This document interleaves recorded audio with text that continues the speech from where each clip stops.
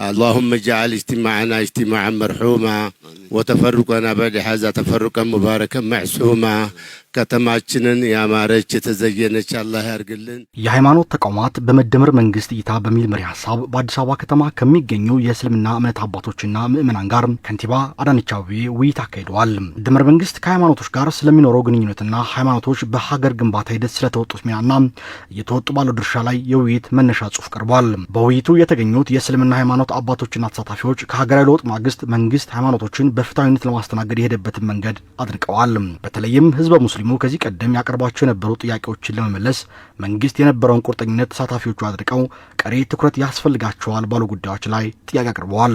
እኛ ዛሬ በጣም ተደስተናል። ምንድነው ታሪኩን? በእውነት እኔ ሁላችሁ እንደምታውቁኝ አንዋር መስጊድ ነኝ። አንዋር መስጊድ ከ54 ዓመት በላይ ስኖር አዲስ አበባ ውስጥ 9 መስጊዶች ነበሩ። 9 መስጊዶች ቁጥር ብትሉኝ ጊዜ ይፈጃል ካላላችሁ እንቁጠራቸው። አንዋር መስጊድ ብቻ ነበረ ኢድ የሚሰገደው። አንዋር መስጊድ ነበረ በሽንት ቦታ የምንሰግደው። እየዋለ እያደረ ተንጸባረቀ ስቴዲዮን ገባን። ዛሬ ግን በአዲስ አበባ ውስጥ ያሉ መስጊዶች ቁጥር የለውም። እኔ እንደማውቀው ከሆነ 350 መስጊዶች ኹጥባ ይቀራባቸዋል፣ ኹጥባ ይሰገድባቸዋል። አላሁ አክበር። በከፊል ብልጽግና ክቡር ጠቅላይ ሚኒስቴራችንና ወይዘሮ አዳነች አቤቤ ከንቲባችን ከመጡ በኋላ ቅድም እንዳነሱት ጎራ ጫካ ይሄ ቦታ መቃብር ቦታ የተኛው ቦታ ብለው እየሰጡ እያየን ነው ያለነው። ጥያቄያችን አንድም ቦታ መሬት ላይ አልጠባለም። ታዲያ እኔ እስልምና ጉዳዮች ቅድም የተባለው ሐጂ ሳኒ ሀቢብ በነበሩ ሰዓት መብት ይከበር ተብሎ የእስላም ሰልፍ የወጣን ጊዜ ጃንሆይ ጊዜ ልጅ ነኝ አላህ አክበር እያልኩ ዘል ነበር። እኔ ከቤት እስላም ነኝ። እስልምናው ሲፈነጥቅ ዘል ነበር ደስታ ብዛት። የምን በዛን ጊዜ መዋቅሩ የተለየ ነበር። እስላም አንገቱን ደፍቶ ኮፍያ ደብቀን የምንሄድበት ጊዜ ነበር። አላሁ አክበር። ዛሬ እስልምና ጉዳዮቻችን በጥሩ መዋቅር ተዋቅረዋል። ግን ችግር ይኖራል። ችግሩ ደግሞ በውይይት ነብያችን አለይሂ ሰላቱ ወሰላም ወህተሲቡ ብለዋል። ተሳስበን የመረጥነው ያ ሰውዬ ወልተን ገፍትረን ከመጣል ይሄ ችግር አለ። ፍትሐ ቅድም ቀርቦ አቅርቦታል ወንድማችን። ታዲያ እቺ ሀገራችን እናልማት። እቺ ሀገራችን ተጨንቀው አሁን የሚያውያዩን አውያዩ አሁን ያቀረቡ ጽሑፍ አይታችሁታል። እኔ እንኳን ገሽሾኛል በወንበሩ ላይ። ለምን ከቢላል ጀምሮ ነጃሺ የነበረው ሁኔታ አቅርበውታል። እንዲህ ታሪካችን ካወቅን እንዲህ ታሪካችን የልጆቻችን ደግሞ ካስተማርን እኛን ሁላችንም ደግሞ በአንድ እጅ ተጨባብጠን መጓዝ አለብን። እኔ ካልኩ በአዲስ ከተማ ያለ ችግር ምንድነው? እኔ ባለሁበት ወረዳ አዲስ ከተማ ክፍለ ከተማ ወረዳ 3 17 ዓመት ነው የመስጊድ ጥያቄ ስንጠይቅ። የመስጊድ ጥያቄ ስንጠይቅ 13 ዓመት እኔ ራሴ መሬት ማናጅመንት አገር አልቀረኝም። እርሶን ጋር ቀርበዋል። ወደ ኮሚቴ ወደ መሬት ማናጅመንት ተመርተውታል።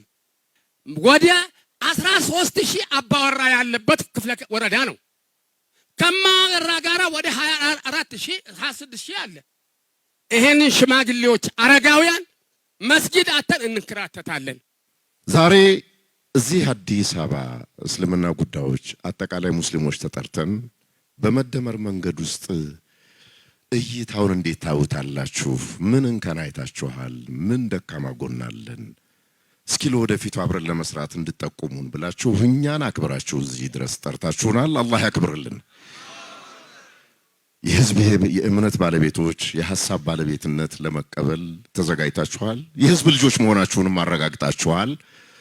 የእምነት ሀገር መሆኗንም አሳይታችኋል።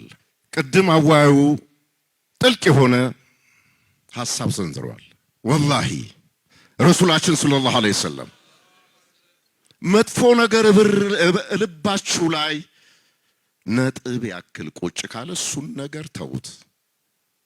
ልባችሁ እንደ መስታወት ጥርት ካለ በዛ ሐሳብ ላይ ቀጥሉበት። አያችሁ ይሄን እምነት እዛው ዋዩ የተናገሩት ነገር ከኛ ነብይ ጋር የተገናኘ ሐሳብ ነው።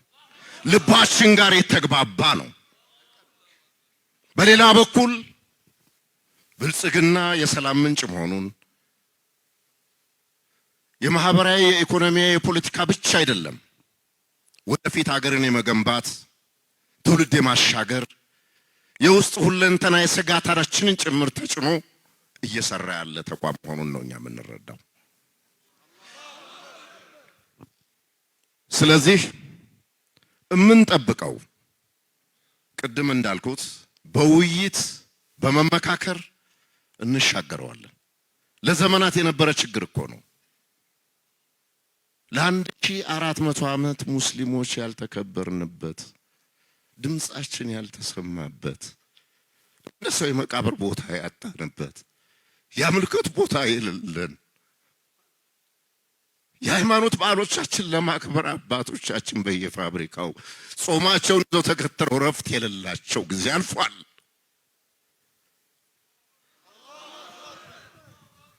ይህ ጥልቅ የስብዕና ጥሰት ተወግዷል። አሁን ወላሂ ምንላችሁ ነገር የለም።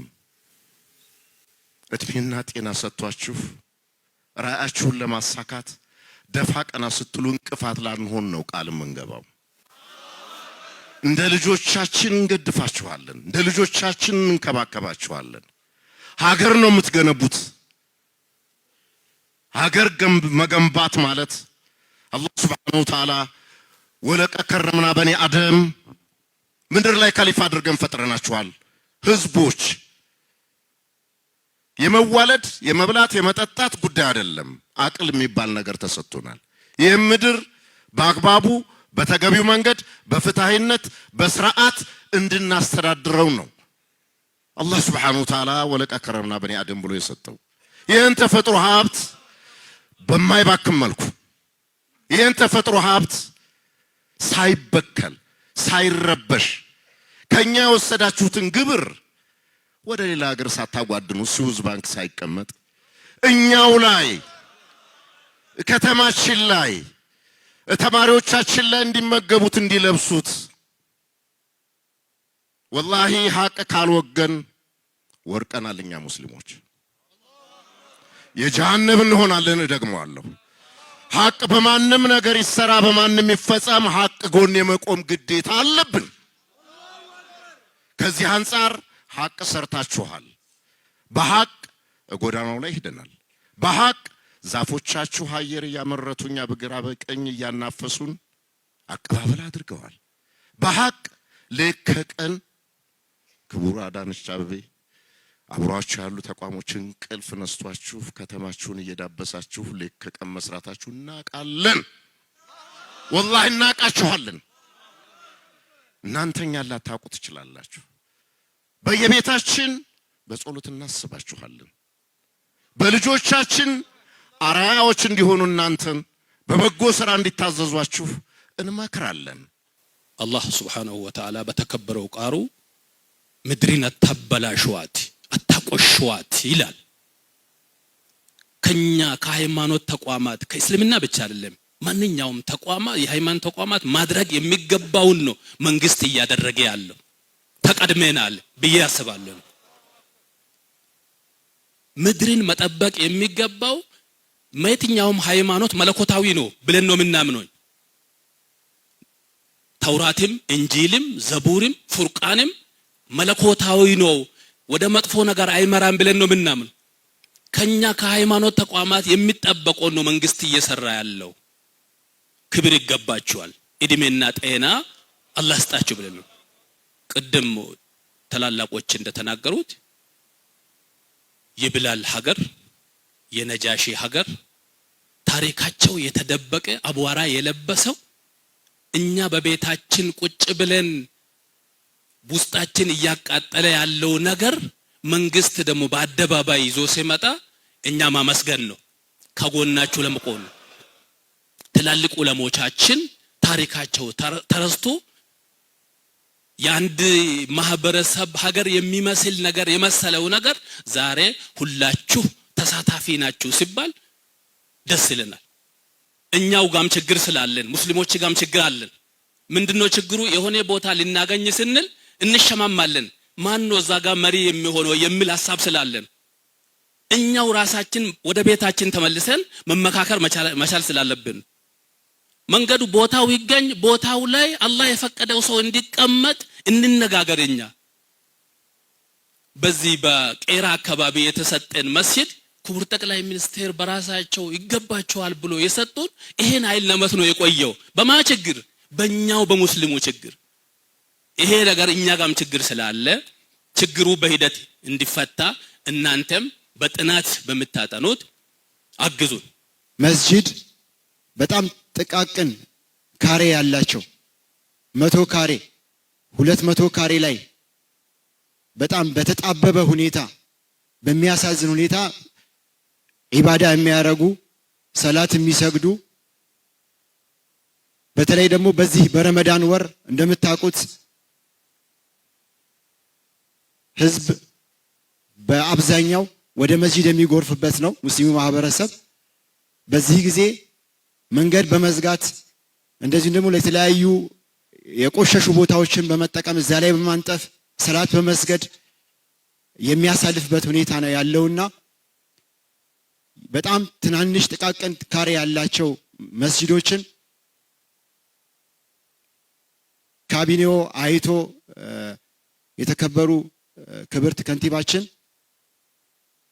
ወርዶ የማየት ተዟዙሮ የማየት ልምድ ስላለዎት ወርደው አይተው ወይም ደግሞ በስራ አስፈጻሚዎቹ በኩልም ቢሆን ጊዜ እንደሌሎት እናውቃለን ወርደው አይተው ያሉ ችግሮችን እንዲፈቱልን ጥያቄን ማቅረብ እፈልጋለሁ ግን እዚህ ቦታ ላይ ሳላነሳው የማላልፈው ነገር ቢኖር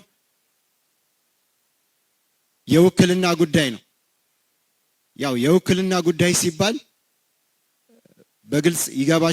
በግልጽ ትረዱኛላችሁ ብዬ አስባለሁኝ ያው ውክልና ያለው ማንኛውም የህብረተሰብ አካል ይደመጣል ችግሮቹ ይነገርለታል ችግር ከተነገረለት ከታወቀለት ችግር ይፈታል ይህንን የአካታችነትና የተዋጾን ጉዳይ በአትኩሮት እንድትመለከቱልን አደራ ማለት ፈልጋለሁ አዲስ አበባን በፊትም እናውቃት ወይም እኛ በእድሜያችንም እናውቃት እንደ ስሙ አልነበረም ክቡር ጠቅላይ ሚኒስትራችንና ከንቲባችን ከመጡ ጀምሮ ልክ በገቡት ቃል እንደ ስሟን አዲስ አበባን እናስመስላታለን ብለው በሚያደርጉት ጥረት ያውም ቀንና ሌሊት ባለመተኛት በቀን በየሰዓቱ ተለውጣ እያገኘን ነው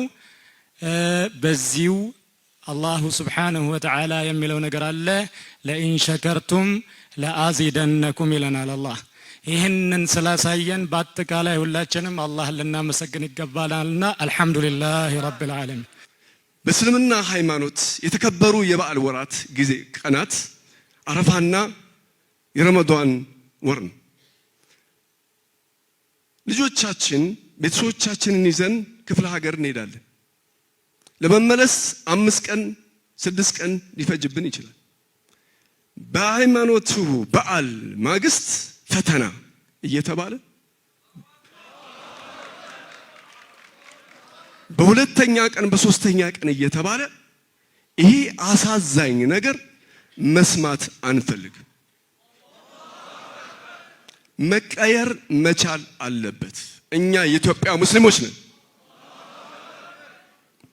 ሌላው ከህዳሴ ግድብ በላይ የኢትዮጵያ ሙስሊሞች የቀይ ባህር ጉዳይ በቀን በጀንበር በብርሃን የተነጠቅ ነው የኢትዮጵያ ኢኮኖሚ የኢትዮጵያ ህልውና የኢትዮጵያ አንገት ቆርጦ መውሰድ የተሰራብንን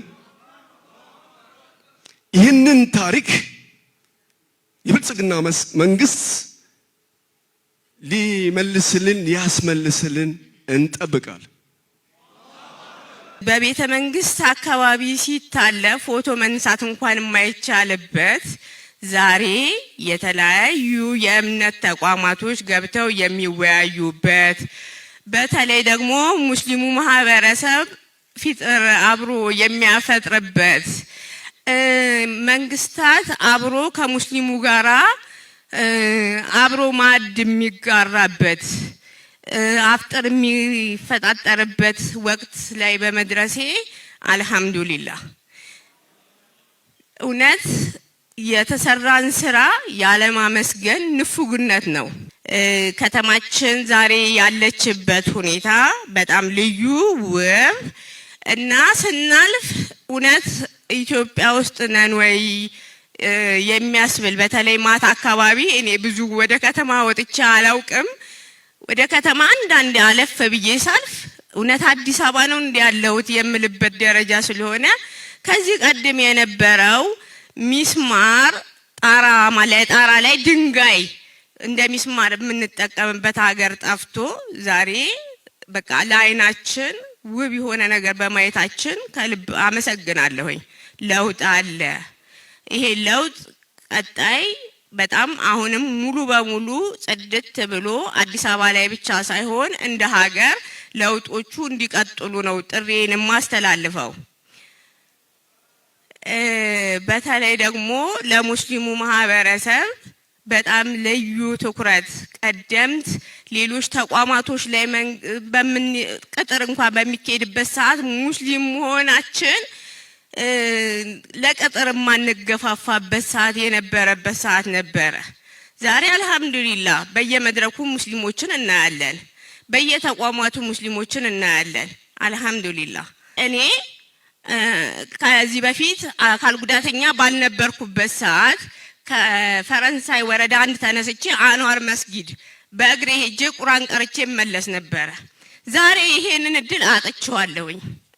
ስለዚህ ወረዳ አንድ ላይ መስጊድ ያስፈልገዋል። ልጆች ታንጸው እንዲያድጉ መድረሳ ያስፈልጋቸዋል። ለአካል ጉዳተኞች ምቹ የሆነ መስጊድ እንዲሰራ እዛ ቦታ ላይ ፈልጋለሁኝ። ሌላው በተለይ ሴት እህቶቻችን ሂጃብ ላይ በጣም ከፍተኛ ችግር አለ። እኔ በተወለድኩበት እዚሁ አዲስ አበባ ፈረንሳይ ላይ ከዚህ በፊት እውነት ሂጃብ ተቃጥሎብኛል ትምህርት ቤት። ዛሬ ለውጥ አለ የለም ማለት አይደለም፣ ግን ደግሞ ሙስሊም ጠል መምህራኖች አሉ። ሂጃብ ምንም ክፉ ነገር አያረግም፣ ምንም አይነት ወንጀልን አይፈጽምም።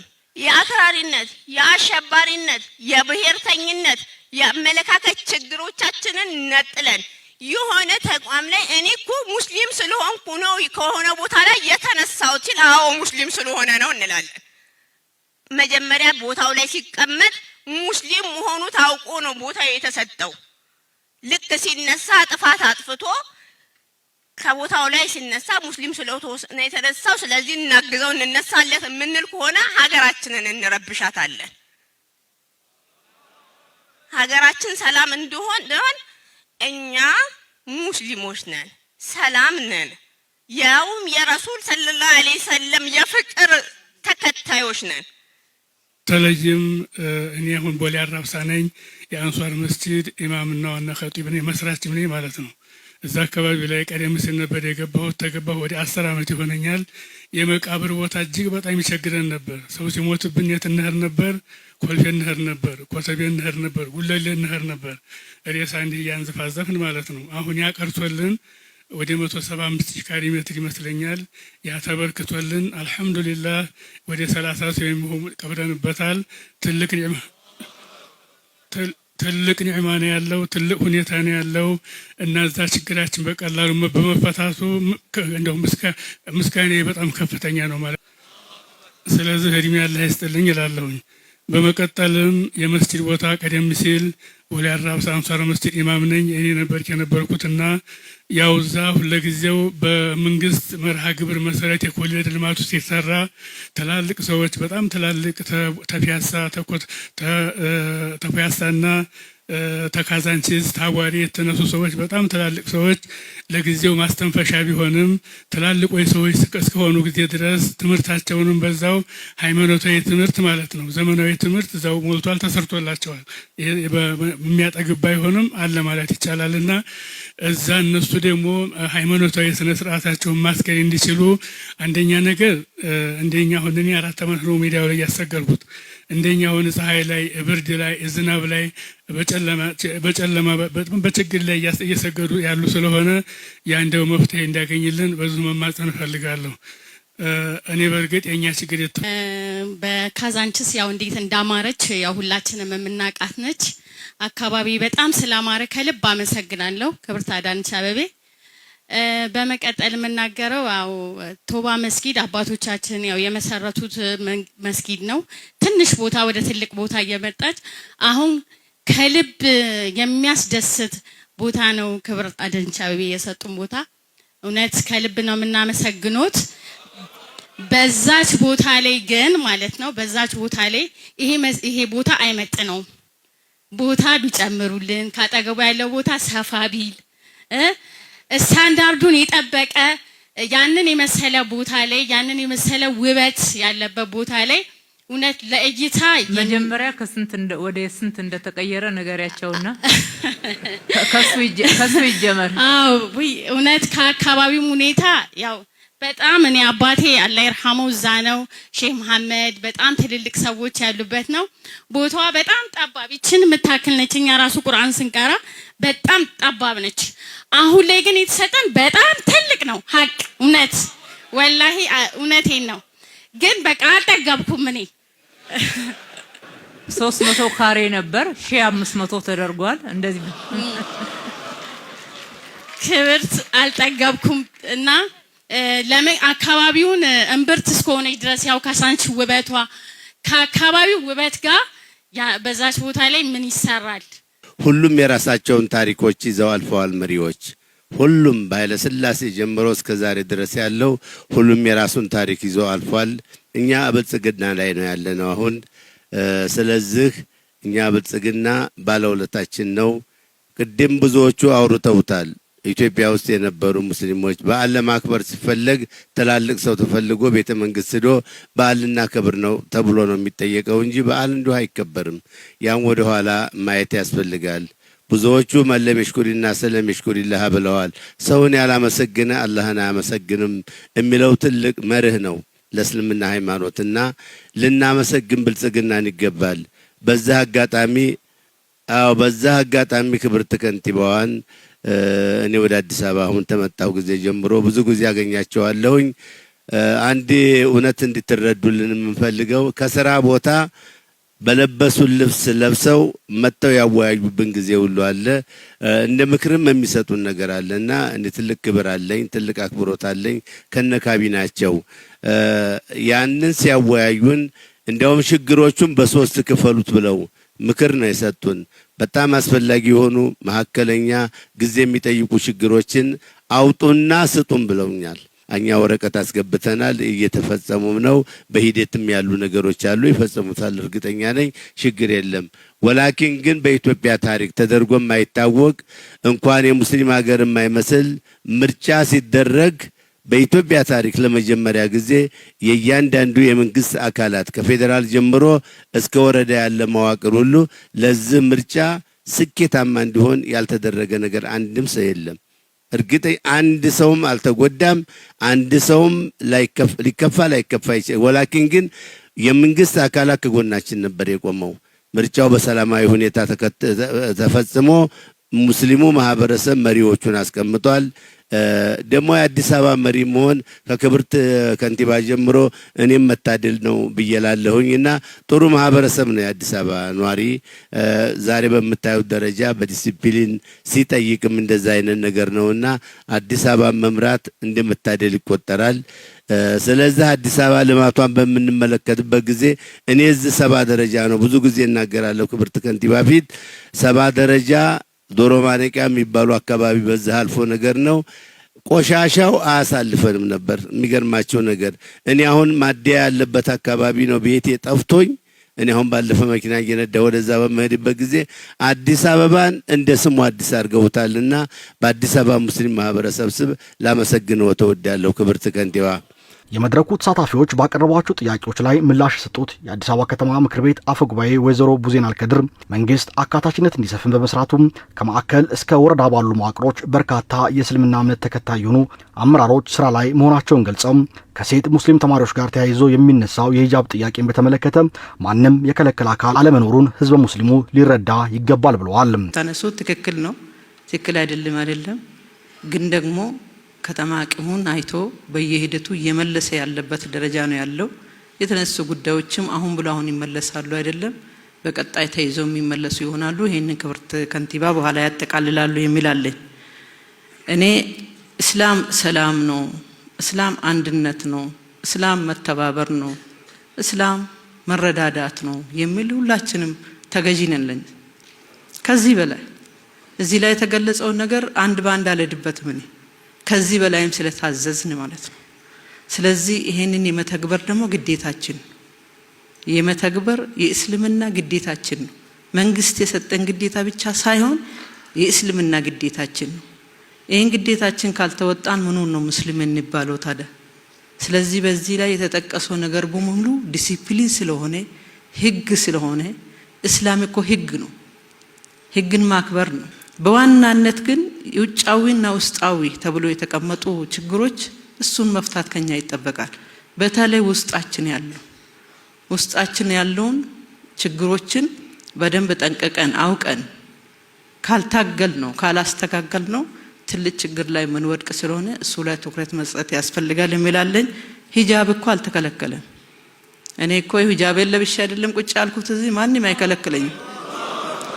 አይከለክለኝም። ሙስሊም ሆኖ በአመራር ደረጃ ያሉ ሴቶች በሙሉ እኮ ሂጃባቸውን አላወለቁም። የኔ ችግር ካልሆነ በስተቀር መንግስት አልከለከለኝም። በፍጹም ችግሮች ሊኖሩ ይችላሉ። በግለሰቦች ደረጃ ችግር ሊፈጠር ይችላል። መንግስት እየተከታተለ እያስተካከለ ነው ያለው። ስለዚህ ሂጃብ በህግ ደረጃ የተከለከለ አይደለም። ግን ደግሞ አንዳንድ ታሳቢ የምናደርጋቸው ሁኔታዎች ደግሞ ይኖራሉ።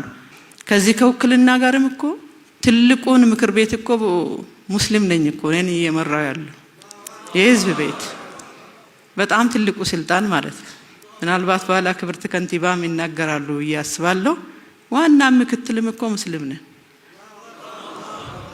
በሚኒስቴሮች ምክር ቤት ካየን በፊት ይቆጠራል። በስም እንኳን ስም ቀይሮ እኮ ነው የሚገቡ አይደለም? የለም እኮ አሁን ስንት አሉ? ሙስሊሞች ናቸው እኮ። ስለዚህ ውክልና ደረጃ እኔ አልহামዱሊላህ ብንል ጥሩ ነው። ለዚህ መንግስት ደግሞ ምስጋና ብንሰጥ ጥሩ ነው። የሌለ ያላየነው ማናውቀው ነገር ነው ያየነው። ቀላል አይደለም ለውጡ። አዲስ አበባ ላይም በተመሳሳይ ቀላል አይደለም። እኛ አሁን ለምሳሌ ክፍለ ከተማ ላይ ነው አንዳንድ ጊዜ ሲታነሱ ሰማለሁ። እኔ ክፍለ ከተማ ላይ ነው የምታነሱትና ከከተማ ጀምሮ እስከ ወረዳ ያሉት መዋቅር ውስጥ ሙስሊሞች በጣም ብዙ ናቸው። ምናልባት አንድ ክፍለ ከተማ አይተን ትንሽ ነው እንችላለን። ሲታይ ግን በጣም ትልቅ መሻሻል ትልቅ ለውጥ ነው ያለው። በስካሁኑ በጋራ በመቀራረብ በመወያየት በመነጋገር ብዙ ችግሮችን መፍታት ተችሏል። ብዙ ውጤቶችም ተገኝተዋል። የእስልምና አባቶች የእስልምና ተቋማት ከጠየቁት በላይ እንደ ሀገር እንደ ከተማም ይሄ ይገባቸዋል ተብሎ ምላሽ ሲሰጥ የቆየበት ሁኔታ ነው ያለው። መስጂዶች ከለውጡ በፊት ምን አይነት ሁኔታ ላይ ነበሩ? ከተደራሽነት አንፃር በየክፍለ ከተማው በየአካባቢው ምን ያህል መስጂዶች ነበሩ? አሁን ላይ ስንት አሉ የሚለውን መጠየቅ ተገቢ ነው የሚሆነው። በዚህ መድረክ በዛሬው መድረክ እጅግ በጣም ደስ የሚለው ነገር የጎደለንን ሳይሆን ያገኘነውን የመጣውን ውጤት በደንብ በሚያሳይ አግባብ ነው አባቶች ሐሳብ ስታነሱ የነበረው። መሆን ያለበት ይሄ ነው። የተሰራውን ነገር ያገኘነውን በአግባቡ ተረድተን አንስተን የሚጎድል ነገር ካለ ደግሞ ሂደትን ጠብቆ ቅድም ሲነሳ እንደነበረው ለዘመናት የተከማቹ ችግሮች በአንድ ጊዜ ሊጠናቀቁ አይችሉም። በሂደት እንደ ችግሮቹ ቅደም ተከተል እየታዩ እንዳስፈላጊነቱ አሰራርን በተከተለ መልኩ ተመሳሳይ ጥያቄዎች ከሌሎች የእምነት አባቶች ከሌሎች የእምነት ተቋማትም ጋር ውይይት ሲደረግ ይነሳል። በተለይ ከቤተ አምልኮ ጋር በተያያዘ ሁሉም ለሁሉም የሚነሱ ጥያቄዎችን በአንድ ጊዜ ምላሽ እንስጥ ብንል እንደ ከተማ አስተዳደር እንደ መንግስት ለመፈጸም የሚቸግሩ ነገሮች እንዳሉ በደንብ መረዳት ተገቢ ነው የሚሆነው። የከተማ አስተዳደሩ እናንተ ስለጠየቃችሁ ብቻ ሳይሆን ተገቢነት ያላቸው ችግሮች በራሱም ጭምር ፈትሾ ምላሽ የሚሰጥበት መፍትሄ የሚሰጥበት ሁኔታ ነው ያለው። በባለፉት የለውጥ ዓመታት ቅድም ሲገለጽ እንደነበረው 455,000 ካሬ ሜትር ለእስልምና እምነት አምልኮ እንዲሆን የከተማ አስተዳደሩ ሰጥቷል። የተወሰኑ ማስፋፊያዎች ቢኖሩም በአብዛኛው ግን ለአዳዲስ የአምልኮ ቦታዎች፣ የቀብር ቦታዎች ተብሎ የተሰጠ ነው። አሁን ከዚህ ቤት ሲነሳ እንደነበረው ደግሞ በርካታ ጥያቄዎች አሉ፣ በርካታ ፍላጎቶች አሉ፣ ተገቢነት ያላቸው ጥያቄዎችም እንዳሉ እንረዳለን። ግን ደግሞ ጊዜ ይጠይቃል። ሁለተኛ ሌሎችም የሚያነሱትንም ጥያቄ ታሳቢ ማድረግ ያስፈልጋል ማለት ነው። ከምንም በላይ የሃይማኖት እኩልነት በህገ መንግስት ብቻ ሳይሆን በተግባር የተረጋገጠው በዚህ የለውጥ ዘመን ነው። አባቶች በተለያየ መልኩ ገልጻችሁታል። የባለፉት ስርዓቶች የንጉሱ ስርዓቶች ወቅት የነበረው ሳይሆን በቅርብ ከለውጡ በፊት የነበረውን ነባራዊ ሁኔታ መለስ ብሎ ማሰብ ያስፈልጋል። ምን አይነት ፈተና ውስጥ እንደነበረ መንግስት እንዴት በእምነት ተቋማት ውስጥ ጣልቃ ሲገባ እንደነበረ ሁላችንም የምናውቀው ነው። አሁን ላይ እንዲህ አይነት ነገር የለም። የእስልምና ምክር ቤቱ ከመንግስት ጋር ህገ መንግስቱን ህግን በጠበቀ መልኩ በጋራ በትብብር አብሮ የሚሰራበት ጉዳይ እንደተጠበቀ ሆኖ በሃይማኖታዊ ጉዳይ ግን መንግስት ጣልቃ እንደማይገባ እዚህ ቤት ያላችሁ ሁላችሁም የምትመሰክሩት የምታረጋግጡት ነው። ትልቁ ስኬት ትልቁ ድል ይሄ ነው። ከዚህ ባሻገር የሆኑ የቀሩ ጉዳዮች ካሉ በጊዜ ሂደት እየተመለሱ እንደሚሄዱ እናንተም ያነሳችሁት ነው። በዚህ አግባብ መረዳት ተገቢ ነው የሚሆነው ማለት ነው። በቀጣይም እኔ ትኩረት ሰጥተን ልንሰራባቸው የሚገቡ ጉዳዮች ተብለው የቀረቡ አሉ። ከነኛ ውስጥ አንዱ ውስጣዊ አንድነትን መጠበቅ የሚለው ላይ በደንብ ማስመር ያስፈልጋል። ቅድም እህቴ በደንብ ገልጸዋለች። ያስተምሮ ልዩነቶች ሊኖሩ ይችላሉ። እነኛ ልዩነቶች መስፋት የለባቸውም። እነኛ ልዩነቶች በመማማር በመወያየት መስተካከል የሚገባቸው ናቸው። እኛ አንድ ካልሆንን የኛ ተከታዮች አንድ አይሆንም። እኛ አንድ ካልሆንን በሀገር ላይ የሚያስከትለው ተጽዕኖ ቀላል የሚባል አይደለም። ልዩነቶች ካሉ ተነጋግሮ መፍታት ያስፈልጋል። ወደ ውጭ መውጣት የለባቸውም። ለሌላው የሚተርፍ ዕውቀት ያላቸው አሊሞች እዚህ ቤት አሉ፣ ከዚህም ውጭ አሉ። እነሱ የሚሉትን መስማት፣ መሪዎቻችን የሚሉንን መስማት፣ አንድ መሆን አስፈላጊ ነው የሚሆነው። የውስጥ አንድነት ማጠናከር ካልተቻለ ተጽዕኖ በሀገርም ላይ ነው። መንግስት አንድ ሁኑ እያለ ነው። በፊት አንድ ሁኑ የሚል ነበር እንዴ? አልነበረም። ልዩነቶች እንዲፈጠሩ ሆን ተብለው የሚሰሩ ስራዎች ነበሩ። አሁን ላይ አንድ እንሁን፣ አንድ ሁኑና ትውልድን ቅረጹ፣ ሀገርን ገንቡ፣ ሰላምን አጽኑ፣ ኢኮኖሚያዊ ብልጽግናን በጋራ እናረጋግጥ እየተባለ ያለበት ሁኔታ ነው ያለው። ስለዚህ በዚህ ጉዳይ ላይ በደንብ ትኩረት ሰጥቶ መስራት ተገቢ ነው የሚሆነው። እህቴ እንዳነሳችው በእኛ ህይወት እኮ ሂጃብ ለብሶ ትምህርት ቤት መግባት የሚከለከልበት ወቅት ላይ ነው አይደል የነበር ነው። እህቶቻችን ሂጃባቸው ወልቆ የተለያየ ነገር ሲያጋጥም የነበረበት ሁኔታ ነው ያለው። አሁን ሂጃብ እንዳይለብሱ የሚከለከልበት የትምህርት ተቋምም ሆነ የመንግስት ተቋም የለም። እንደ ከተማ አስተዳደር ብንወስድ ግን ደግሞ እዚህም እዛም የሚነሱ ጥያቄዎች አሉ። እንደ ሀገር ኢትዮጵያ የብዙ እምነት ባለቤት ናት።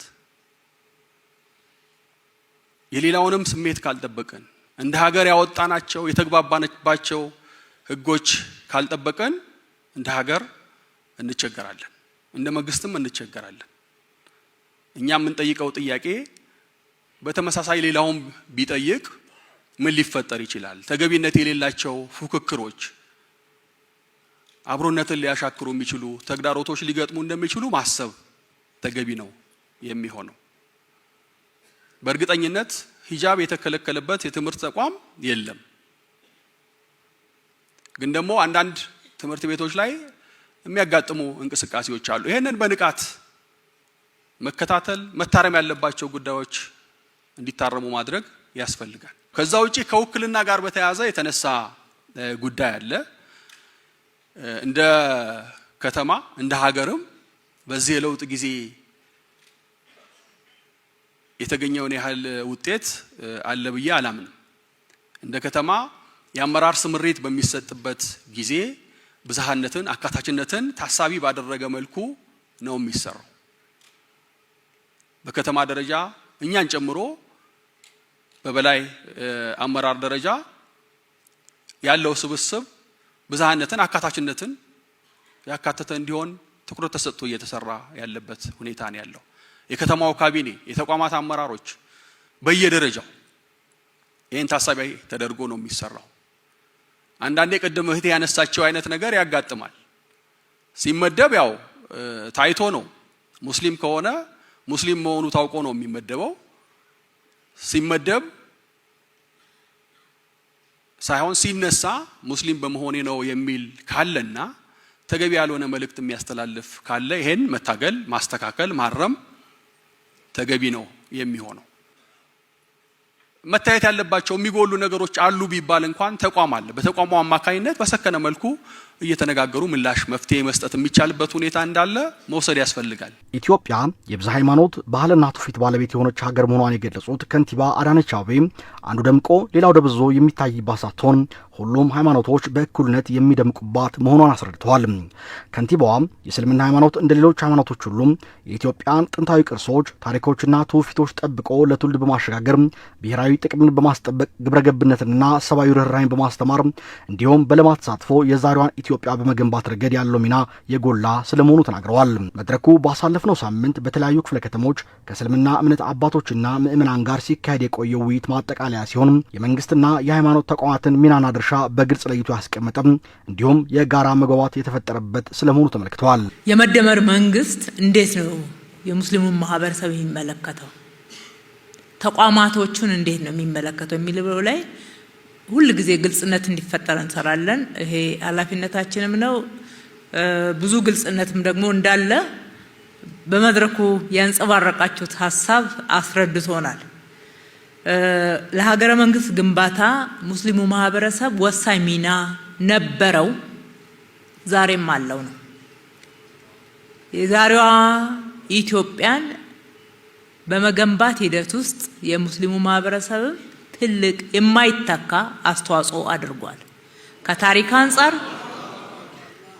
ከታሪክም አንጻር ቅርሶችን ከመጠበቅ አንጻር፣ የሀገር ሉዓላዊነትን ከማስጠበቅ አንጻር፣ ሀገርን ከማልማት አንጻር፣ ትውልድን ከማስተማር ከማነጽ፣ በእነኚህ ዘርፎች ሁሉ ማህበራዊ ችግሮችን ከመፍታት ሀገር በተለያየ የማህበራዊም ሆነ ኢኮኖሚያዊም ሆነ ሌሎች የፖለቲካዊ ጉዳዮች ሲያጋጥማት አስተዋጽኦ ያላረገበት ወሳኝ የማይተካ ሚና ያልተጫወተበት ምዕራፍ የለም።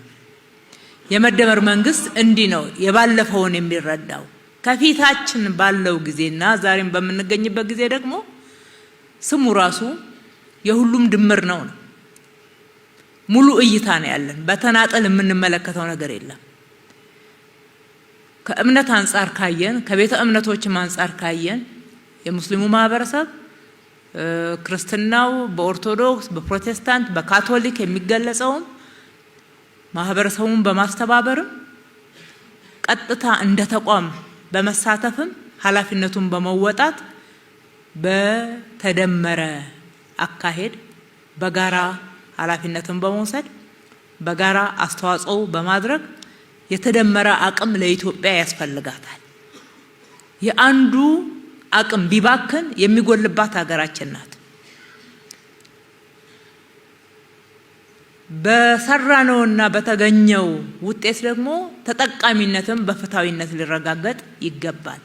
ይህንም በማረጋገጥ ሂደት ውስጥ በጋራ መስራት፣ ግልጽነትን መፍጠር፣ የሚጓደሉ ነገሮች ካሉ ኢፍትሃዊ ነው ብለን በጋራ መታገል የተስተካከለውና ሀቅ የሆነው ደግሞ እንዲተገበር ማድረግ ለዛ እውቅና መስጠት ተገቢነት ስላለው በጋራ እየመከርን ነው ማለት ነው።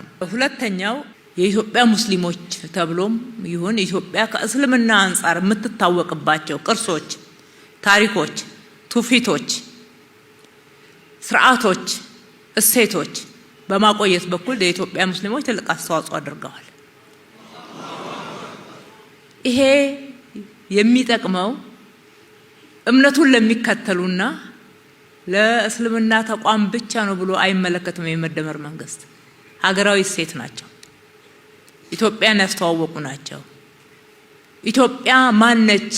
የኢትዮጵያ ምንነት፣ የኢትዮጵያን ሙሉ ገጽታ ማወቅ ለሚፈልግ አካል እነኚህ ተቆጥረው ታውቀው ተመዝግበው ክብር ተሰጥቷቸው የሚያዙና የታሪክ አካል ተደርገው ነው መያዝ ያለባቸው። ሲጻፍም በዛው ልክ ትላንትና በዚህ በኩል የጎደለ ካለ እሱም መሙላት፣ የተጣመመ ነገር ካለ ደግሞ ማስተካከል፣ ለወደፊት ደግሞ በተሻለ ሁኔታ ከጠንካራው ጎን ወስደን በማስፋት አዳዲስ እሴቶችን ጨምረን በማጉላት መስራት እንደሚገባን ለዛም እንደ መንግስትኛ ዝግጁ መሆናችንን የምንመለከተውም በዚህ አግባብ መሆኑን የምናይበት መነጽራችን ይሄ እንደሆነ ሙሉ እንደሆነ ሁላችንም እኩል እንድንይዛቸው ነው።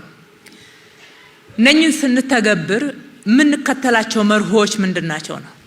መርሃችን ምንድነው? አንደኛውና የመጀመሪያው መንግስታዊ ሃይማኖት የለንም። እንደ ኢትዮጵያ ሃይማኖታዊ መንግስትም የለንም። ኢትዮጵያ የብዝሃነት ሀገር ናት። ብዝሃ ሃይማኖት፣ ብዝሃ ማንነት፣ ብዝሃ ቋንቋ፣ ብዝሃ ባህል፣ ትውፊት በቃ ኢትዮጵያቺ ናት። ኢትዮጵያ የሆነ ጎልቶ የሚታይባት የሆነ ደግሞ አንሶ ደብዞ የሚታይባት ሳትሆን አጠቃላይ ኢትዮጵያውያን ያላቸው ባህል፣ ያላቸው እምነት፣ ያላቸው ማንነት፣ ትውፊቶች የምንላቸው በማጉላት የምናገለግልበት እኩል የምንመለከትበት እንጂ ለአንድ እምነት በተለየ ሁኔታ አድሎ የምናደርግበት ሌላው እምነት ደግሞ ሩቅ የምንሆንበት የአሰራር ሁኔታን አንከተልም። ይሄ ኢትዮጵያን ትላንትናም ሀገረ መንግስቷ ተገንብቶ እንዳይጠናቀቅ ያጎደላት አንድ ምክንያት ስለሆነ መቀጠል የለበትም። በመንግስታዊ ኃላፊነት ስንቀመጥም ሰው የራሱ እምነት አለው፣ የሚከተለው ሃይማኖት ይኖራል። ፕሮቴስታንት ሊሆን ይችላል፣ ኦርቶዶክስ ሊሆን ይችላል፣ ካቶሊክ ሊሆን ይችላል። ሲያገለግል ግን የህዝብ አገልጋይ ነው፣ የሁሉም አገልጋይ ነው። ሲያገለግል ለአንዱ በእምነቱ ስለቀረበ ሌላው ደግሞ እዛ እምነት ውስጥ ተሳትፎ ስለሌለው የተለየ መመዘኛ ሊኖረው አይገባም። በተለየ ሁኔታ የሚቀርበው በተለየ ሁኔታ ደግሞ የሚርቀው ሁኔታ ካለ የግለሰብ ችግር ነው፣ መስተካከል አለበት ማለት ነው። እንደ እምነት እንደ መንግስት የምንመለከተው በእኩልነት አይን ነው። ይሄንን ለማስረቅ ነው ብዙ እየታገልን ያለ ነው።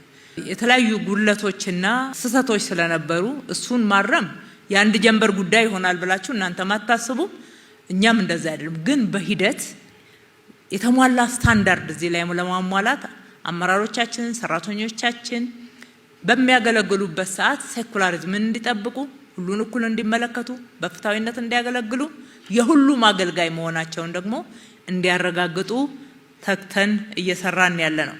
ሁሉንም እንደየእሴቶቻቸው ደግሞ ማገልገል። ይሄ ማለት ማዳላት ማለት አይደለም። ሙስሊሙን ስናገለግል የሙስሊም እሴቶች መጠበቅ መከበር እንዳለባቸው ገብቶን፣ ፕሮቴስታንቱን ስናገለግል ፕሮቴስታንቱ ጋር የሚጠበቁ እሴቶች መከበር ያለባቸው አክብረን በበዓላቶቻቸው ሊሆን ይችላል። ኦርቶዶክስን ስናገለግል የሚጠበቁ የሚከበሩ የሚገባቸው እሴቶችና ትውፊቶችን በማክበር የሁሉም እኩል አገልጋይ መሆናችንን ተቋማትንም እኩል የምንመለከት መሆናችንን በዚህ ነው የምናረጋግጠው። ሌላው ከመርህም አሁን ከምንገኝበት አውድ አንጻርም ማስተካከል ደግሞ ያሉብን ጉዳዮችና እኩል ልንታገላቸው የሚገባ የከሌ ችግር ነው በሚል የምናቀርበው አይደለም። እዚህ ላይ ብዥታ እንዳይኖር ግን እኩል ለሀገራችን ስለማይጠቅም ለቤተ እምነቶች ስለማይጠቅም ለተቋማት ስለማይጠቅም ስለማይገነባን እኩል መታገል አለብን። እየታየ እዛም እዚህም ያለ ችግር ነው እና እኩል እንከላከለው የምንለው አንደኛ ጽንፈኝነትና አክራሪነት ነው። በእምነት መካከልም ሲገባ ለዋናው የመንፈሳዊ ዓላማ በመቆም ፋንታ ዓላማን ያዛባል፣ በመጨረሻም ሀገርን ይጎዳል። ከዚህ አንፃር የኔ የዛ የምንለው ክፍፍል አይኖርም። እንደ ሀገር የጋራ አቋም ኖሮን እኩል የምንታገለው መሆን ይገባዋል ነው። ሰኩላሪዝም መጠበቁ ለእናንተ ጥቅም እንጂ ጉዳት የለው። በእኩልነት መገልገልን ያመጣልና ሰኩላሪዝም ካልተጠበቀ ሁሉም ለየራሱ ማዳላት ውስጥ ይገባል። ሁሉ ቦታ ደግሞ የራስ ሊቀመጥ አይችልም። እንደምታውቁት ያው የብዝሃነት ሀገር ስለሆን ከሁሉም ተዋጽኦ ከሁሉም ውክልና ስለሚኖር በእምነት የሚቀርበን ጋር ጥሩ ተገልግለን ሌላው ጋር ሲደርስ ደግሞ ፍትህ የሚጓደል ከሆነ እንዴት እንወጣዋለን? ሀገርም አይገነባ፣ ትክክለኛ አገልግሎትም አይገኝም፣ የመንግስት ገለልተኛ አገልጋይነትም ይጓደላል ማለት ነው። ብዙ ከኋላ ይዘን የመጣናቸው ችግሮች ስላሉ እነሱን ለመቅረፍ ጥረት በምናደርግበት ሰዓት ሁሉ ነገር ባንዴ ስላልተመለሰ የተበዳይነትና የቅሬታ ስሜትም ደግሞ ተገቢ አይደለም። መረዳት ያስፈልጋል፣ መረዳዳት ያስፈልጋል፣ መወያየት ያስፈልጋል፣ መገነዛዘብ ያስፈልጋል። ጥያቄዎችን ስንመልስ ቅደም ተከተሎች አሉ። የበለጠ የተጎዳ ወይም ደግሞ ችግር ያለበት ቅድሚያ ሲሰጠው የኔ አልተመለሰም በሚል ቅሬታ ውስጥ መግባት አያስፈልግም። የሚመልስ መንግስት መሆኑን ካያችሁ፣ እየመለሰ መሆኑን ካያችሁ፣ አካሄዱን ካያችሁ፣ የማይመለስ ነገር አለመኖሩን ደግሞ ማመን ያስፈልጋል ማለት ነው።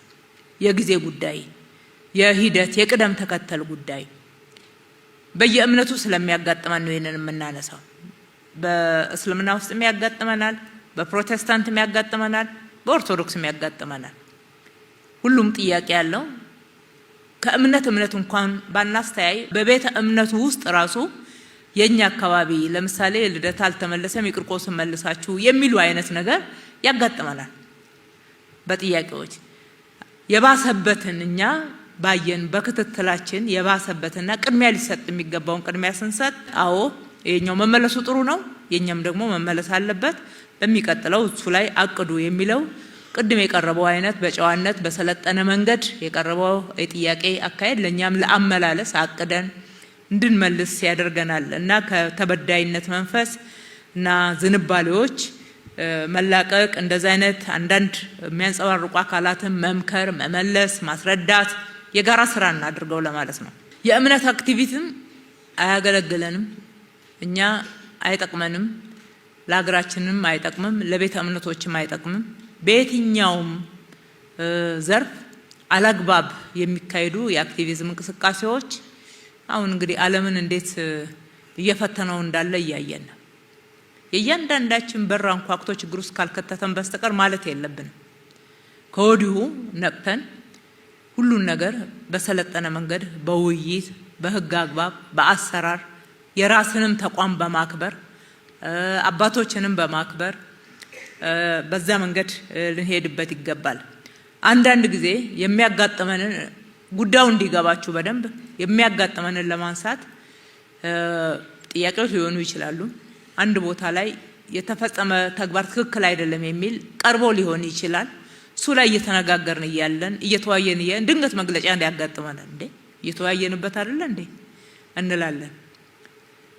መግለጫው በጫና የሚወጣ ጭምር እንደሆነ እንረዳለን። በአክቲቪዝም ስሜት በጫና ወይም ደግሞ በአክቲቪዝም ስም የሚያጠፋሉና እነሱን ለማርገብ የሚመለስ ሊሆን ይችላል። ለጊዜው ሊያስተነፍስ ይችላል።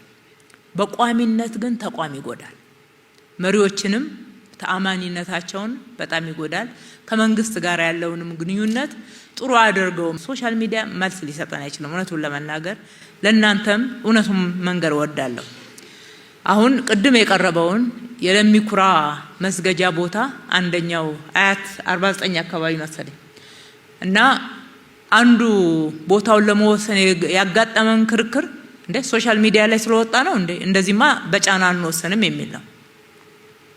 አንዳንዶቻችን ሶሻል ሚዲያ ላይ መውጣቱን ስለማናቀው አላወቅነውም ነበርና አይ ጥያቄው ቆይቷል፣ ተጽፏል። ከዚህ በፊትም ኮሚቴ አቋቁመናል። ከኛ ጋርም ከመጅሊሱም በተለይ ከአዲስ አበባ መጅሊስ ከሃይማኖት ጉባኤ አድርገን በጋራ ሲሰራ የቆየ ነው። ቦታ እስከምናገኝ ካሳ ከፍለን ሌሎች ወጪዎችን ብዙ ሂደት ውስጥ አልፎ ነው የሚወሰነው። ባዶ መሬት አለ ተብሎ የሚወሰን የተለየ ቦታ እንደሌለ ነዋሪዎች ናቸው የከተማው ነዋሪዎች በሚገባ ታውቃላችሁ። በዛ ሂደት ውስጥ እያለፈ የመጣ ነው። አይ ሰሞኑን 2014 ለጊዜው ለማስተንፈሻ የተጻፈ ደብዳቤ ተነስቶ የአክቲቪስቶች አጀንዳ ሆኗል የሚል መጣ። አይ ግድ የለም እኛ ምን መልሰው ምላሽ ለከተማችን ነዋሪዎች ለሙስሊሙ ማህበረሰብ ነው። እነሱን አይተን አይ አካሄዱ በስተት መንገድ ሄዷልና አንልም በሚል የመጨረሻ ውሳኔያችንን ወሰንን። በዚህ መንገድ ግን እንዳይሆን እንፈልጋለን። እኛ እናንተን እኮ ነው የምናገለግለው። የእናንተ ልጆች ነን፣ እናንተ አገልጋዮች ነን። አቅርቡ፣ እኛ ጋር ስንቸገር እነግራችኋለን። እንድጠብቁን ጊዜ ስጡን። የካሳ በጀት አላገኘንም ወይም ደግሞ ምትክ መሬት አላገኘንም። እዚህ ጋር ነዋሪዎች አሉ፣ ገና ቤት አልገነባንም እነሱን ለማንሳት እንዲህ ምክንያቶች አሉንና እንደዛ እነግራችኋለን። ለአባቶች እነግራለን። አባቶች ሲነግሯችሁ እውነቱን ነው። ቦታውን ሄዳችሁ አይታችሁ እውነቱን ትረዳላችሁ። በዛ መንገድ ነው የሚሰራው። በቀጣይነትም በብሔራዊ ምክክር ያላችሁን አስተዋጽኦ በሀገራችን በልዩነት ያልተቋጩ ጉዳዮች እንዳሉን እኩል ነው የምናውቀው። እነኚህ አጀንዳ ሆነው ለባዳም ለባንዳም እድል እንዲሰጡ አንሻ። ያለችን አንድ ሀገር ናት። ለጊዜው ሰዎች ፓስፖርት አግኝተው እንጀራ ለመብላት የሚኖሩባት ሀገር ሊኖራቸው ይችላል። ግን እናት ሀገራቸው ኢትዮጵያ ናት። ከኢትዮጵያ ውጪ እናት ሀገር ሊኖራቸው አይችልም። በፓስፖርት የተገኘ ዜግነት የለም እያልኩ አይደለም። ግን ለመላው ኢትዮጵያውያን ደግሞ ኢትዮጵያ መቀየሪያ የላትምና ተለዋጭ የላትምና በሀገራችን የሚመጣ ጉዳይ ላይ እምነት አይለያየንም። በብሔራዊ ጥቅማችን በጋራ ነው የምንቆመው። ትላንትና በታሪክ ውስጥ የተከፈለው ዋጋና የመጣው ውጤት እውቅና እንደሰጠነው ሁሉ አሁንም በጋራ እጅ ለእጅ ስንያያዝ ነው የኢትዮጵያን መዳከም ለሚፈልጉ አካላት እድል እንዳያገኙ ልናደርግ የምንችለው። ስለዚህ በብሔራዊ ምክክር የተለያዩ እዛም እዚህም ሰዎችን የሚያስኮርፉ አጀንዳዎች፣ ትላንትና በታሪክ ያልተቋጩ ጉዳዮች ቂመኝም ይሁን በደልም ይሁን ሌሎችም ደግሞ እውቅና ያልተሰጣቸው ከአድሎ ጋራ እኩል እውቅና ከማጣት ጋራም ይሁን ያልቋጨናቸው ከታሪክ ጋራ ሊሆን ይችላል። የኛው ጉዳዮች ናቸው። ሌላ ማንም አይመጣበትም። እኛው ተመካክረን የሚበጀንን በጋራ እንወስናለን። ህዝብ የተስማማበት በኋላ ገዢ ሆኖ የሚተገበር ይሆናል ማለት ነው። እዛ ላይ በነቂስ መሳተፍ ያስፈልጋል። ውስጣዊ አንድነታችሁን ጠብቁ። ቅድም ዶክተር ጀማሉ እንዳለው ከዚህ በፊት እንዴት አድርገን ከፋፍለን እናዳክም ነው አይደለም? አሁን ደግሞ እንዴት አድርገን ውስጣዊ አንድነታችሁን ጠብቃችሁ አንድ ጠንካራ የኢትዮጵያ ሙስሊሞች ሆናችሁ ኢትዮጵያን መስላችሁ በኢትዮጵያዊነታችሁ ኮርታችሁ በሀገራችሁ የጠንካራ ተቋማችሁን እንድታጠናክሩ ነው። ለዚህ ነው የመጅሊስ እውቅና በአዋጅ ጭምር በዛ ደረጃ እንዲሰጥ የተደረገውም መጠናከር አንድነት ስለሚያስፈልገን ነው። እኛ የከተማችን ነዋሪዎች በየትኛውም እምነት ውስጥ ቢከፋፈሉ ተጨማሪ አጀንዳ ነው የሚሆንብን፣ ስራ ነው እንጂ የሚሆንብን ልማት አይሆነንም። እኛ ለልማት በጋራ የሚሰለፍ ኃይል ስነ ምግባርን በደንብ የሚያስተምር ዜጎችን የሚያንጽ ፈጣሪን እንዲፈራ የሚያበቃ መልካም ነገሮች ሰብአዊነት ወደ ትውልዱ እንዲሸጋገር የሚያደርግ የእምነት ተቋም በየትኛውም እምነት ውስጥ ይሄ አስተምሮ የጋራ ስለሆነ ይሄ ከፍ እንዲል ነው የምንፈልገው። ሁሉም እምነት ውስጥ ያሉ ዛሬ ከሙስሊሞች ጋር ስለምናወራ የአዲስ አበባ ከተማ ነዋሪ ሙስሊሞች የእያንዳንዱ ቤተ እምነት ወይም ደግሞ መስጂድ መሪ ኢማሞች እዚህ ያላችሁ ዛሬ እዚህ መድረክ ላይ ሙስሊም የሰላም አምባሳደር ነው። የሰላም አምባሳደርነታችሁን አጠናክራችሁ ቀጥሉ። ከሌሎች ይህንን ማድረግ ማለት ከሌሎች ቤተ እምነቶች ጋር ተቀራረቡ። በጋራ አብራችሁ መስራት የሚገባችሁ ጉዳይ ላይ ሀገራችሁን አልሙ፣ ተነጋገሩ። ሰላምን ማስጠበቅ ላይ፣ ልማትን ማድረግ ላይ የታሪካችን አንዱ በጎ ገጽታ ኢትዮጵያ በርካታ እምነቶች ያሉባት ሀገር ሆና ተከባብሮ አብሮ መኖር ነው። አብሮ ይበላል፣ አብሮ ይጠጣል፣ ህብረቶች አሉ። አብረው ልጆች በሚገባ ተዋደው እጀለ አብረው ጎረቤት ሆነው ተያይዘው ያደጉባትና የተማሩባት የበቁባት ሀገር ናት። ዛሬም ሀገራቸው እንደዛ ነው የሚያገለግሉት በሁሉም ተቋም ውስጥ ብትሄዱ። ስለዚህ ይሄ የሚሸረሸር ሳይሆን የሚገነባ እሴት ነው፣ እየተገነባ እየዳበረ መሄድ የሚገባው። ስለዚህ እርስ በርስ ያለው ግንኙነት ከፉክክር ይልቅ ወደ ትብብር እንዲመጣ ትብብራችሁን አጠናክሩ ማለት እፈልጋለሁ። በሀገራዊ ጉዳዮች ላይ እናንተ ማንስታችኋል። በብሔራዊ ጉዳዮች ላይ ጠንካራ አቋም መያዝ የሁሉም ኃላፊነት ነው ማለት ነው። እናንተም ዛሬ ያረጋገጣችሁልን እሱኑ ነውና አንድ ቀንም በዛ በኩል ጥርጣሬም አድሮብን አያውቅም። እምነታችንም ከፍ ያለ ነው። ዛሬ ወደ ቀረቡት ጥያቄዎች ልመለስ። ዛሬ ወደ ቀረቡት ጥያቄዎች ስመለስ ሁላችሁም እንዳዳመጣችሁት አንዳንዶቹ እዚህ መድረክ ላይ አናቀርብም ብለው አለፉት እንጂ ሁሉም ጥያቄ አለው። በሁለት መንገድም ነው የተነሳው። ከትላንትናው ጋራ በማመነጻጸር የመጣው ለውጥ ጠየቅነውን ጥያቄ መለሳችሁበት አግባብ ያልጠየቅነውም ጭምር እስከመመለስ በፍታዊነት አይታችሁ ሄዳችኋልና ይሄ መሰረታዊ ለውጥ ነው የሚል የመጣው ለውጥ እውቅና የሚሰጥ። በሌላ በኩል ደግሞ ተመልሶ አላለቀም፣ አሁንም እንቸገርባቸው ቦታዎች አሉ። ምን ስለ መሬት ነው እኮ የተጠየቀው። ምንም እኮ ሌላ አንደኛ ከከተማ አስተዳደሩ አቅም በላይ የሆነ ነገር አይደለም የሚጠየቀው። ሁለተኛ በሰለጠነ መንገድ ጭፍን ባለ አትመልሱም የሚል ሳይሆን ይሄን መልሳችኋል፣ ይሄ ደግሞ ይቀራችኋል የሚል ነው። ይሄን ነው እኛ ይዳብር የምንለው። ይሄ ይዳብር በቸገረን ቦታ ላይ እኛም እንነግራችኋለን እናንተም ትረዱናላችሁ፣ እኛም እንረዳችኋለን። የዛሬውን አሁን ካዳመጣችሁ በሁሉም ክፍለ ከተማ ላይ ጥያቄ አለ። በክፍለ ከተማ ማድረጋችንም ጥሩ ነው።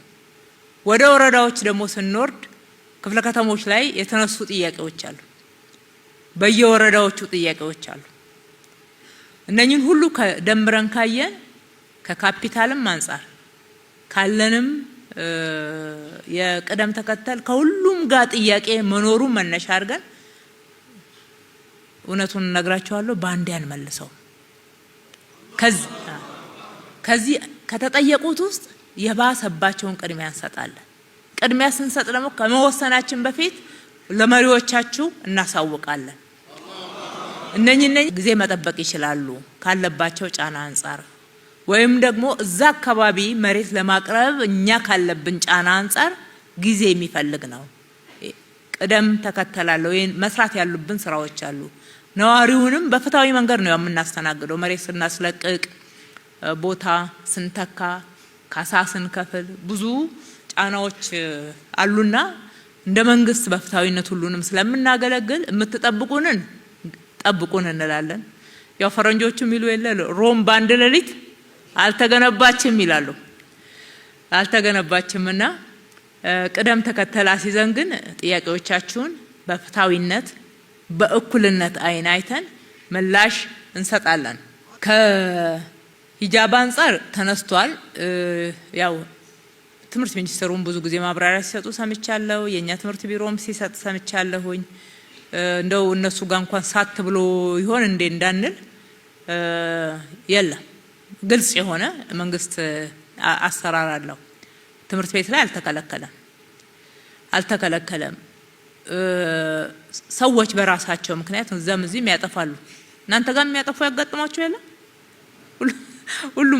ሁሉም ጋር እኮ ከአሰራሩ ወጣ ብሎ የሚያጠፋ ሲያጋጥም የመንግስት አለማድረግ ነው። ቅድም እሱን ነው እየተዋየን ለመፍታት ችግሮችን ለማጣራት ስንሄድ፣ በጎን በኩል ደግሞ አክቲቪዝም ሲመጣ ለመፍታትም አይመችምና እንደዛ ነው። ከዛ ውጪ አንዳንድ እናንተም ገብታችሁ እንድትመክሩበትና እንዴት እናድርግ የሚለውን እስኪ እናንተ ይዛችሁ ነው መፍትሄ። አንዳንድ ተማሪዎቻችን የኛ ተማሪ መሆናቸውን ለመለየት እንኳን እስከሚያስቸግረን ድረስ የሂጃብ ጉዳይ ያልሆነ ያጋጥመናል። መታወቂያ ዛሬ ፎርጅድ ማለ እንደምታውቁት ፋይዳ እስከሚዳረስ ድረስ። ሁለተኛ ካላየናቸው ተማሪዎቻችን መሆናቸውን ካለየን መታወቂያም በሆነ ቦታም ተወርቆም ወይም ደግሞ አታሎ መቀበል ይቻላል። የተማሪዎቻችንን ደህንነት መጠበቅ አለብን። የትምህርት ቤቱን ደህንነት መጠበቅ አለብን። መጠበቅ ሲገባ ኃላፊነታችን በሚገባ እንድንወጣ ለማድረግ የኛ ተማሪዎች ብቻ በትምህርት ቤት ውስጥ ያሉ መሆናቸውን ማረጋገጥ አለብን። ብዙ ማጭበርበሮች በዚህ ዘመን ስላሉ ማለት ነው። የሚያጭበረብር ደግሞ ስለሆነ ብቻ አይደለም፣ ከዛ እምነት ስለመጣ ወይም ስላልመጣ ብቻ አይደለም የሚያደርገው። ስለዚህ ከዛም አንፃር ያለውን ጫና በመረዳት በሚዛኑ የእምነት ኢንዶክትሪኔሽኑን ወይም ደግሞ እሴቱን ትውፊቱን መብትን መጠበቅ በአንድ በኩል፣ በሌላ በኩል ደግሞ ወደ ጫፍ ያልወጣ አካሄድን በሁለቱ መካከል ሚዛን ጠብቀን ለነሱም ደህንነት፣ በሌላ በኩል ደግሞ ፉክክርን ሌላውም ደግሞ አለው ትምህርት ቤት ውስጥ ካላደረኩ የሚለው ማለት ነው። እንደዛ አይነት ኢትዮጵያ በፉክክር አትገነባምና እኛ ተሳስበን የህዝቦች ትስስር እያጠናከርን ነው ኢትዮጵያን ገንብተና እስከዛሬ ያደረስናት በመተሳሰብ ሚዛንን በመጠበቅ ጫፍን ባለመያዝ። እንደዛ ስለሆነ እስከዛሬ ሀገራችንን ጠብቀን ሉዓላዊነቷንም አስከብረን የምንኮራባት ሀገርን የገነባ ነው። በዛ መልክ ስለሆነ ያሉ አንዳንድ ምልክቶች ሲያጋጥሙ እንደሚወራው ነው አይደለም የሚለውን ወረድ ብሎ ማየት ይገባል ማለት ነው። ጥፋቶች ደግሞ ሲኖሩ ግለሰብ ነው ተቋም ነው ያደረገው የሚለውን ደግሞ መለየት ያስፈልጋል። እንደዛ ሲሆን ለመፍትሄም አካል ለመሆን በጣም ቀላል ነው የሚሆነው። ውክልና ላይ ተነስቷል። እንግዲህ ሁሉም ነገር አንጻራዊ ነው። ትላንት ከነበርንበት አንጻር ያው እህቴ እንዳነሳችው እዚህም እህቴ ቡዜና እንዳነሳችው ትላንት ከነበርንበት አንጻር ዛሬ የደረስንበት ምስጋና ይሻላል። በጣም ትልቅ ለውጥ ነው ያለው። በተፈለገው ልክ ነው ወይ የሚባለው ሁሉ ነገር በአንድ ጊዜ አያልቅም። ሂደቶች አሉና ሂደቱ ግን ጤናማ ነው፣ ደግሞ ፈጣን ነው። እንደምታዩት በፍጥነት ነው ነገሮች የተስተካከሉት። ይልቅ እህቴ ከዛ ያነሳችውን እኔ መድገም እፈልጋለሁ። ሙስሊም ይሁን ፕሮቴስታንት ይሁን ካቶሊክ ይሁን ኦርቶዶክስ ይሁን ሲሾም እኮ ይታወቃል ማን እንደሆነ። ብቃት እስካሟላ ድረስ ስብጥርን ለመጠበቅ ኢትዮጵያን ለማስመሰል በይፋ ጥረት እናደርጋለን። የምናፍርበት ጉዳይ አይደለም። የኢትዮጵያ ተቋማት ኢትዮጵያን መምሰል ስላለባቸው ማለት ነው እናደርጋለን። ልክ ጥፋት ውስጥ ሲገባ ወይ በሌብነት ሲያዝ ወይ ደግሞ ሌሎች ጥፋቶችን ያለ ሕግ አግባብ ሲሰራ ማስተካከያ ሲደረግ ወይ ከኃላፊነቱ ሲነሳ ሙስሊም ስለሆንኩ ፕሮቴስታንት ስለሆንኩ ወይ ደግሞ ኦርቶዶክስ ስለሆንኩ የሚባሉ ጉዳዮች አሉ። እሱም አይደለም። እሱ ካላዋጣ ደግሞ ኦሮሞ ስለሆንኩ አማራ ስለሆንኩ ትግሬ ስለሆንኩ ይቀጥላል። እዛም ውስጥ ደግሞ ካለፋችሁ ከሄዳችሁ በአካባቢው ጎሳ ውስጥ ምናምን መግባት ይመጣል። ከዚህ አካባቢ ስለሆንኩ ከዚህ ዞን ስላልሆንኩ የሚሉ ነገሮች አሉ እና እንደዚህ አይነት ጉዳዮች ያጋጥሙናል። አሁን እየቀነሰ መጥቷል። እውነቱን ለመናገር ይሄንን በይፋ ነው የምንታገለው። ካጠፋ ማንም ይሁን ማን ህግ ሊጠይቀው ይገባል። ያጠፋን ሰው እንዲያገለግል እውነቱን የእምነቱን እሴት የሚጠብቅ ከሆነ እጁን ንጹህ ልቡንም ንጹህ አድርጎ በምሳሌነት የሚጠቀስ አገልጋይ ሆኖ መቅረብ ነው ያለበት። ያኔ ነው የበለጠ ክብርን ሊያመጣ የሚችለውና እንደዛ አይነት ሽፋኖች ሲመጡ እናንተ ሽፋን ለመስጠት የሚሄዱ አካላትን ከኛ ጋራ እንድትታገሉ እንሻለን። ጉቦ ሲወስድ እጅ ከፈንጅ የተያዘ ሰው ሁሉ እንደዛ አይነት ሽፋን ለመስጠት ሲኬድ ያጋጠመን ስላለ ተገቢ አይደለም ብለን ደግሞ እውነተኛውን ማብራሪያ እና መረጃ ስንሰጥ ደግሞ አምኖ መቀበልም የዛኑ ያክል ጥሩ አጋጥሞናልና ከእንደዚህና የማይረቡ ጉዳዮች እንጠብቃለን። ራሳችንን በሚጠቅሙን በጋራ ጉዳዮች ላይ እጅ ለእጅ ተያይዘን እንሰራለን። አሁንም ወደፊትም የሙስሊሙ ማህበረሰብ ሀገረ መንግስት ግንባታው ላይ የማይተካ ሚና ነው ያለው። የህዝቦችን ትስስር በማጠናከር በኩል የማይተካ ሚና ነው ያለው። ሀገራችን ብሔራዊ ጥቅሟ እንዲከበር በማድረግ በኩል የማይተካ ሚና ነው ያለው። ሰብአዊነትን በማስፋፋት በመተሳሰብ ግብረ ገብነት እንዲዳብር በማድረግ በኩል የማይተካ ሚና ነው ያለው። እነኚህ የማይተኩ ሚናዎቻችሁን አሁንም መወጣታችሁን አጠናክራችሁ ቀጥሉ። በፈለጋችሁን ሰዓት በአመራሮቻችሁ አማካኝነት በአባቶች አማካኝነት ታገኙናላችሁ። በየክፍለ ከተማው በየወረዳ ያለው አመራራችን አገልጋያችሁ ነው። በደከማቸው ቦታ አግዙ፣ ምከሩ፣ ጉቦ አትስጡ። ጉቦ በመስጠት መብታችሁ ለማስከበር አትሂዱ። ያልተገባ ጥቅምም ለማግኘት ጉቦ ሰጥቶ የሚሄደውን ታገሉ።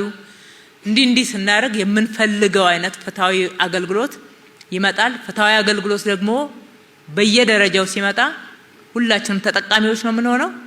በጋራ ሀገራችን ትበለጽጋለች። ሀገራችንን ለማበልጸግ እጅ ለእጅ ተያይዘን አሁንም እንትጋላለሁኝ። ስላዳመጣችሁን በጣም እናመሰግናለን። ፈጣሪ ኢትዮጵያና ሕዝቦቿን ይባርክ።